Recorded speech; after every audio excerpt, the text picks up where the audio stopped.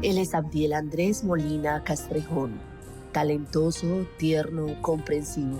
Abdiel fue diagnosticado con autismo a los 2 años de edad. Desde entonces, su madre, Paola Castrejón, emprendió un camino impulsado por el amor y la decisión de brindarle todas las oportunidades posibles a su hijo menor. Se educa con amor y cuando tengan una situación en público es educar. En vez de callar, contestar mal, ofuscarse, que es lo que generalmente hacemos, es educar. Tenemos que saber que nuestros niños, a diferencia de un síndrome de Down, nuestros niños no aparentan tener autismo. Entonces, las personas no entienden que ocurre algo.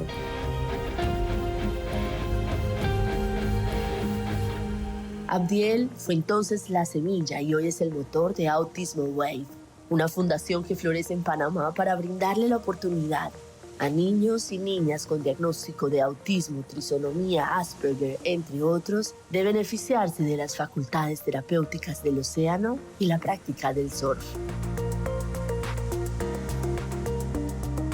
En Fuerza Latina, Paola, su maravilloso hijo Abdiel y las olas que calman. Paola, te saludo desde las bellísimas playas de Veracruz, unas playas que conoces muy bien porque las has convertido en espacio de esperanza, de transformación para muchos niños y niñas neurodiversas. Gracias por estar hoy en Fuerza Latina. Gracias, Natalia. La verdad que es un honor para la Fundación esta entrevista y que ustedes hayan viajado hasta Panamá para conocer esta historia. Paola, cuando uno pone tu nombre en internet, aparecen todos los reconocimientos que has tenido como activista y como mamá dedicada. Pero más allá, ¿quién es Paola la mujer? Bueno, te diría que Paola es una mujer que nació para luchar,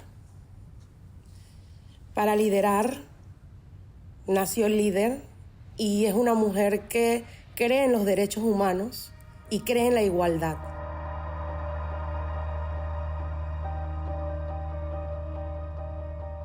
Paola, ¿cuándo y por qué decides ser mamá? Fue algo que sucedió, nunca fue planeado. Lo que no sabemos a veces es que ser madre te puede traer y te puede cambiar la historia por completo, ¿no? Eso a veces no lo sabemos, simplemente nos llega y fue lo que me ocurrió a mí. ¿Qué pasa en tu vida cuando llega Abdiel? Pues sí, mira, te cuento, pues Abdiel era un embarazo completamente normal. No sabíamos en ningún momento que Abdiel venía con alguna condición especial, porque el autismo pues actualmente no se puede detectar durante el embarazo. Y claro, toda esa ilusión de tener un hijo pues completamente sano, al momento que llegó a nuestra vida y que sus primeros meses fueron también completamente un tema de crecimiento natural, y ya a partir del año empezó a cambiar, a hacer grandes cambios. Y ahí es donde la vida te empieza a dar un giro completamente diferente, donde tú como madre no tienes idea no conoces ni siquiera, dices, ok, mi hijo tiene cambios, pero no sé qué está pasando, porque ni siquiera te imaginas que tiene algo. Como una aventura, ¿no? Una aventura nueva, completamente nueva. Paola, no quiero entrar en los detalles por respeto y obviamente porque no, digamos, pueden ser simplemente anecdóticos, pero sí es importante y con un fin exclusivamente pedagógico que nos cuentes cuáles fueron esos cambios que empezaste a ver en tu niño a la edad de un año y medio. Bueno, inicialmente mi hijo no sostenía la mirada, no tenía contacto visual, ningún tipo de contacto. Era como si estuviese sordo. Eso es uno de los, digamos, síntomas más pronunciados en el autismo, que el niño está como en otro mundo, ¿no? Eso, básicamente, las estereotipias, aleteo, saltaba repetitivamente, movimientos repetitivos, ¿sabes? Saltando constantemente, una energía que no acababa nunca. Yo tengo una hija mayor, mi hija nunca presentó este tipo de síntomas. Y claro, ya ahí sabía que había algo que no era común. Pero sobre todo el tema del contacto visual, muy importante.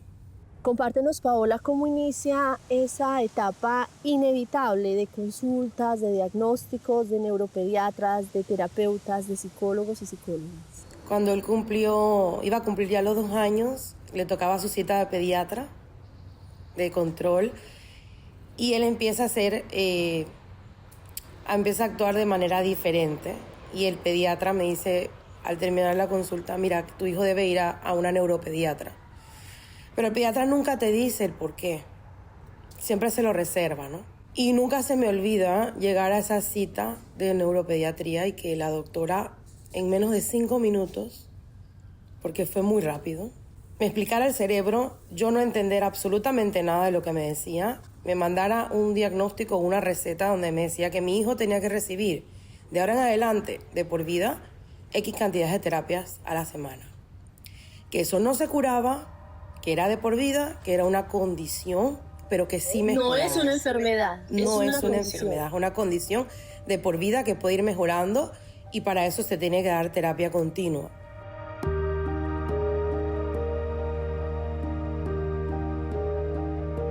Vuelvo a ese momento del diagnóstico y me pregunto, ¿qué pasó dentro de ti cuando te dijeron que tu niño iba a tener un desarrollo diferente? A partir de ese momento, llegó un momento de la cita que no escuchaba nada y dije, esto no está pasando, ella está equivocada, mi hijo no tiene nada. Pero claro, como toda madre, dije, me llevo esta receta porque yo tengo que ver, pero estoy segura que mi hijo no tiene nada. Y la Paola que salió ese día de ese consultorio era una Paola en negación, 100%, porque al tener una hija mayor que no tenía, yo decía, es que esto a mí no me está pasando. Claro. Él va a cambiar, que él se va a curar. Y mis padres encima me decían que él no tiene nada, que son ideas tuyas. Paola, esa negación no se puede juzgar, porque nace del temor y del amor. Pero cuéntanos cuándo empieza esta otra etapa, que es una etapa del duelo, una etapa de uno dejar y la ilusión de que su niño va a ser el más destacado, quizás que va a cumplir las etapas como todos los otros niños. El duelo para mí empezó, digamos que 1 año posteriormente a esa consulta. Porque yo salí de ese consultorio diciendo que mi hijo no tenía nada. Pero a medida que pasaban los meses, notaba que tenía cada vez más cosas. A medida que pasaban los meses, iban 3 terapeutas diferentes a mi casa a darle terapia. Y claro, cada terapeuta decía cosas diferentes. Y ahí fue donde empecé a entender que mi hijo sí tenía algo y que el camino iba a ser muy largo. Y ahí empecé a entender que a pesar de que igual el resto se mantenía en negación, por más que hubiesen terapeutas, por más que le dijeran que el niño era un niño con un tono muscular diferente. El niño era hipotónico. Sí, el tono muscular flácido completamente, ¿no? Con todo el tema vestibular. Tuve que asumir esta realidad porque yo en ese momento era la única que podía ayudar a mi hijo. Empecé a darle las terapias, el niño sí que iba mejorando. Y ahí es donde yo empiezo a buscar otras cosas porque mi hijo era un niño de 3 años y todos los niños de 3 años van a los parques, tienen algunos intereses. Y yo notaba que yo no podía ir con mi hijo a parques donde todos los niños iban. ¿Por qué, Paola? Porque mi hijo no hablaba, mordía, aruñaba y tenía comportamientos así un poco disruptivos, plan de ataque o así, si se le acercaba mucho a un niño, porque él no entendía eso. Y como los niños que no tienen lenguaje tienden a frustrarse, actúan de esta manera. Entonces, claro, yo para evitar las miradas, que muchas veces son una de las situaciones que más se dan. El juicio social. Yo decía, bueno, tengo que hacer algo porque no puedo encerrar al niño tampoco. Y ahí es donde yo empiezo a buscar incursionar. Hombre, ¿qué hacen otros padres en el mundo que tienen hijos con autismo? ¿Cómo los entretienen? ¿Qué actividades recreativas hacen? Tiene que haber algo.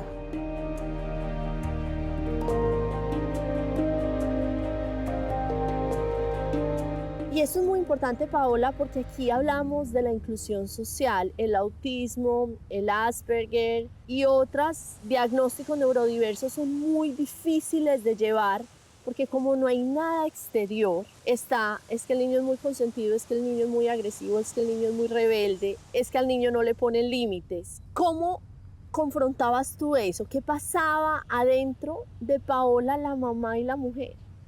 Bueno, era muy difícil porque, claro, somos seres humanos y es tu hijo. Pero llega un momento que dices, ¿cómo le haces entender a esa otra persona que el niño tiene una condición neurológica, que no lo va a entender? Porque si le dices autismo, quizás ni siquiera va a saber qué es autismo. Entonces, quizás por eso muchos padres tienden a retirarse antes de crear una polémica. Porque aunque tú te sientes media hora, tendrías que ir media hora con cada persona de ese centro comercial. Y no lo va a entender, no lo va a entender porque hay muchas cosas que ni siquiera uno como padre termina de entender. Mami le va a dar ahora. ¿Qué era más difícil de manejar? ¿El diagnóstico o la mirada social? El manejo social. El manejo social.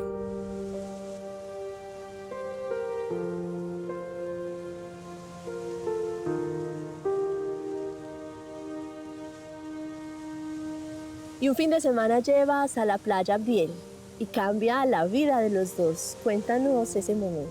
Sí, la verdad que ese fin de semana cambió mi vida para siempre.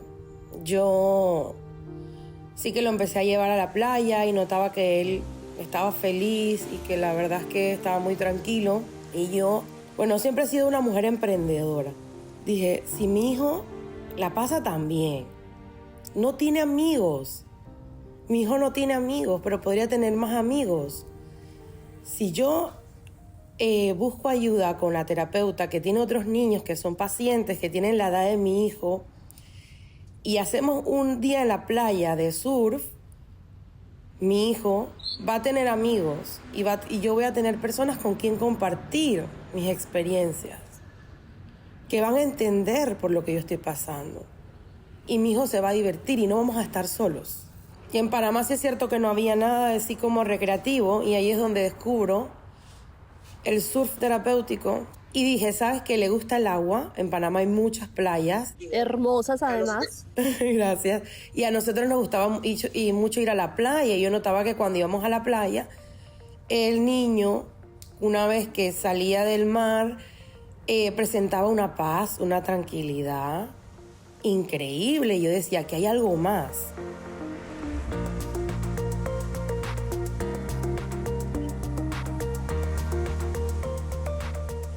Paola, y nace la fundación. ¿Cómo? Bueno, Autism Wave nace de esa tarde en la playa donde, bueno, decidimos junto a la terapeuta que atendía a mi hijo en ese entonces, que hoy es miembro honorario de la junta directiva de la fundación, decidimos hacer un grupo con los padres que ella atendía. Ella les contó, mira, vamos a hacer el surf es terapéutico, el agua tiene propiedades que ayuda a los chicos y tal. Y nos reunimos, éramos 5 familias. La verdad es que fue maravilloso. Yo creo que nunca me lo hubiera imaginado. No me lo imaginaba. De hecho, pensaba que los padres le iban a dar temor, porque claro, imagínate el mar, hacer surf, que es un deporte extremo. Hay muchos niños que no hablan y a veces muchos niños también le tienen temor al mar y otros que no saben nadar. Pero la verdad es que fue totalmente diferente.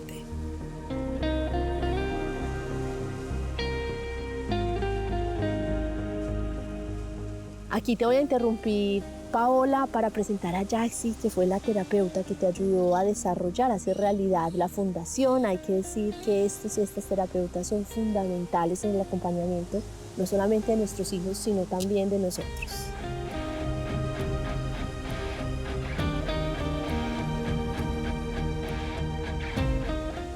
Yaxi, desde una perspectiva terapéutica, ¿cuáles son los beneficios de que los niños neurodiversos hagan parte de una actividad como esta?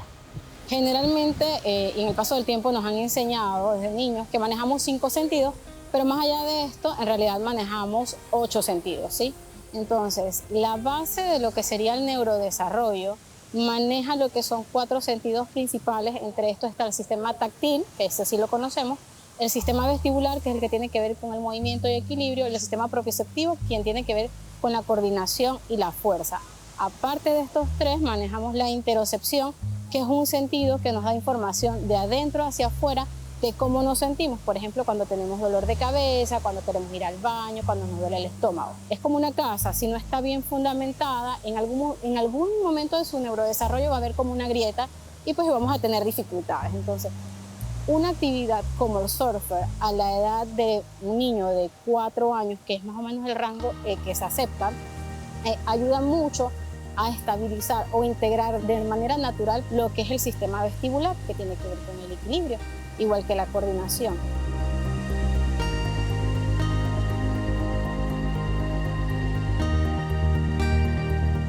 Todo esto lo llevamos a nuestra vida, por decirlo así, a nuestra vida diaria.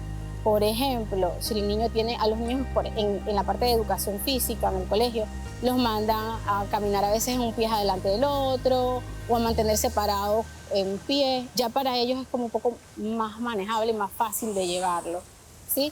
Aparte pues del seguimiento de las instrucciones. Ellos en cierto momento escuchan a los instructores decirle, bueno, tienes que pararte y ahora tienes que abrir las manos. Y son, instrucciones que al final para algunos lo vemos así tan fácil, pero para ellos es un reto.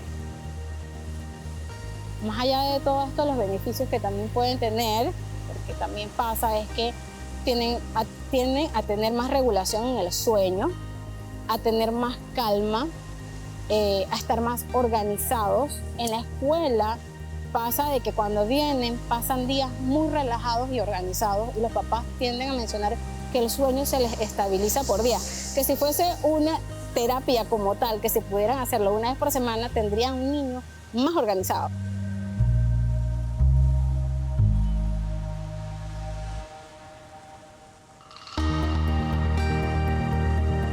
Y estos chicos suelen sufrir de bullying en los colegios. Y yo recuerdo mucho que había uno que sufría este tema y que posteriormente los padres se comunicaron conmigo a decirme que él estaba tan feliz porque le habían dado una medalla por haber hecho surf, que él había ganado porque él era surfista y tal. Y ese subir esa autoestima, aportar seguridad a ese niño, eso no tenía precio. Es invaluable. Superar la etapa de la negación de la que me hablaste al principio es proteger algo que es fundamental en estos niños y niñas, que es la autoestima. Es una palabra fundamental. Si entramos en la negación, vamos a exponer a los niños al juicio y a las memorias de fracaso. Y eso es lo que esta fundación que estamos viendo en este momento en nuestras pantallas, estas familias, estos niños y estas niñas están protegiendo su autoestima. Paola, ¿cuál es esa misión vocacional que hace que cada año sigas luchando porque la fundación existe? Lo que me hace, levantarme todos los días y seguir luchando es la igualdad. Es la igualdad, es luchar por esas personas que no pueden enfrentar un diagnóstico como corresponde, recibir terapias y recibir ayuda. Eso es lo que me hace a mí luchar cada día. Esa es mi misión. Del surf, integrar terapias, integrar ayuda a los padres, a los cuidadores que tanto lo necesitan y sobre todo, algo que me he prometido como proyecto es mejorar la educación.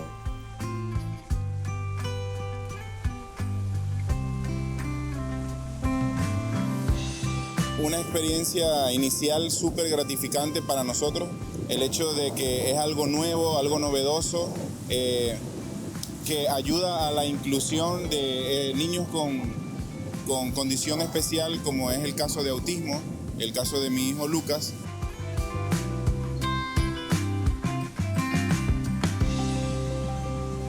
A veces uno no sabe cómo apoyarse. Esto aquí, tú puedes hablar con cualquier padre tiene la misma vivencia tuya. Cualquier padre, tú vas y le hablas de los problemas que tiene tu hijo van y te dicen ¿cómo te va a ti con tu hijo, con tal cosa? Y hay como que más información.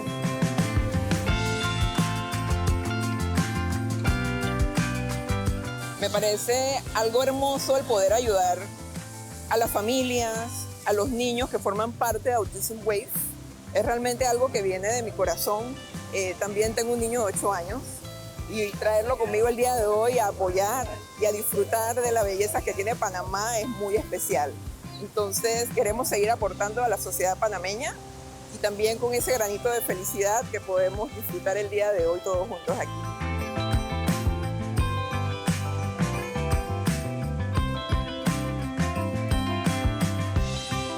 Mira, para conocer bien qué aporta la fundación tienes que haber pasado por el espectro. Te lo puedo decir yo como padre de un niño que desde bebé se le notó que tenía ese espectro autista y ya tiene 19 años y está en la universidad. Eso requiere de mucho coraje tanto de la familia como de la sociedad, como del trabajo que puedas hacer en la educación para poderlo sacar adelante. Si no tenemos una sociedad con estos niños incluidos, no vamos a tener un futuro.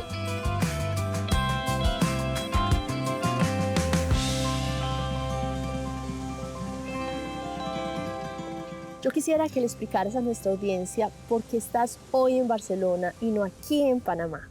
Yo me hice una promesa como madre de que mi hijo, si a los 8 años no tenía ningún tipo de lenguaje, yo tenía que emprender otro camino, pero nunca dejar atrás la fundación. Y es por eso que al venir aquí a Barcelona con Abdiel Andrés, pude encontrar una educación integral para él, adecuada, apropiada, con todas las terapias que él requería dentro de esa educación, de ese colegio. Y ahí es donde digo, si aquí se puede, nosotros podemos hacerlo.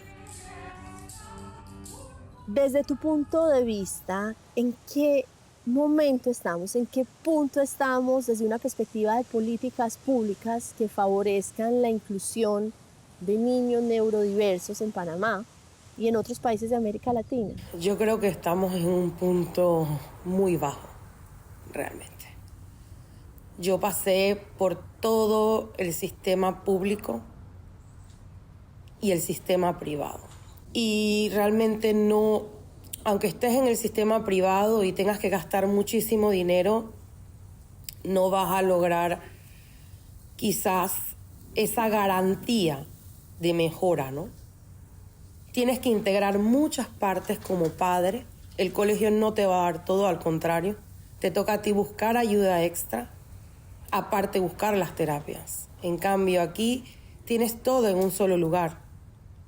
Y mi hijo va solo al colegio. Ese es el desafío que tenemos, Paola, en América Latina, que los niños ganen autonomía, ganen independencia y conquisten terrenos de equidad, de oportunidades. Paola, si nos están viendo hoy padres y madres de familia de niños, no tienen estos desafíos de la neurodiversidad, si nos están viendo otras familias que en el restaurante juzgan, que en el restaurante miran molestos, que en el avión no soportan los gritos del niño, ¿tú qué les dirías? Las personas no entienden que ocurre algo. Y a veces no es que quieran ser malas personas, sino que no lo entienden. Es deber de nosotros educar a las personas que tenemos alrededor. Porque yo personalmente jamás pensé que iba a estar en esta posición.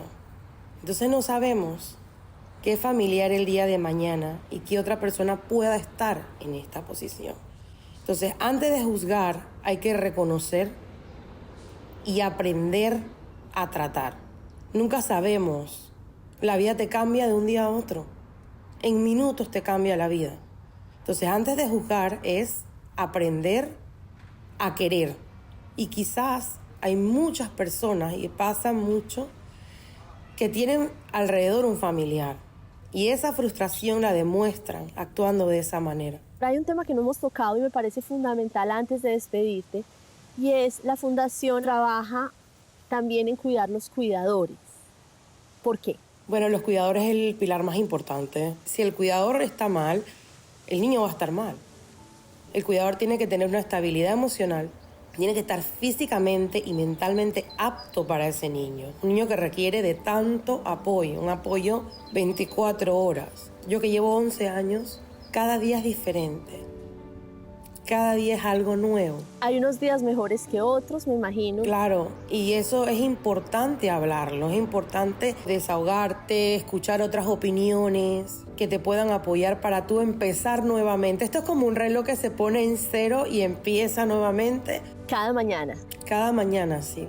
Paola, por haber hecho del diagnóstico de Abdiel una causa, por tu tenacidad, por despertarte cada día a luchar por esos niños y niñas que no tienen las mismas facilidades que ustedes. Muchísimas gracias. Gracias por estar en Fuerza Latina.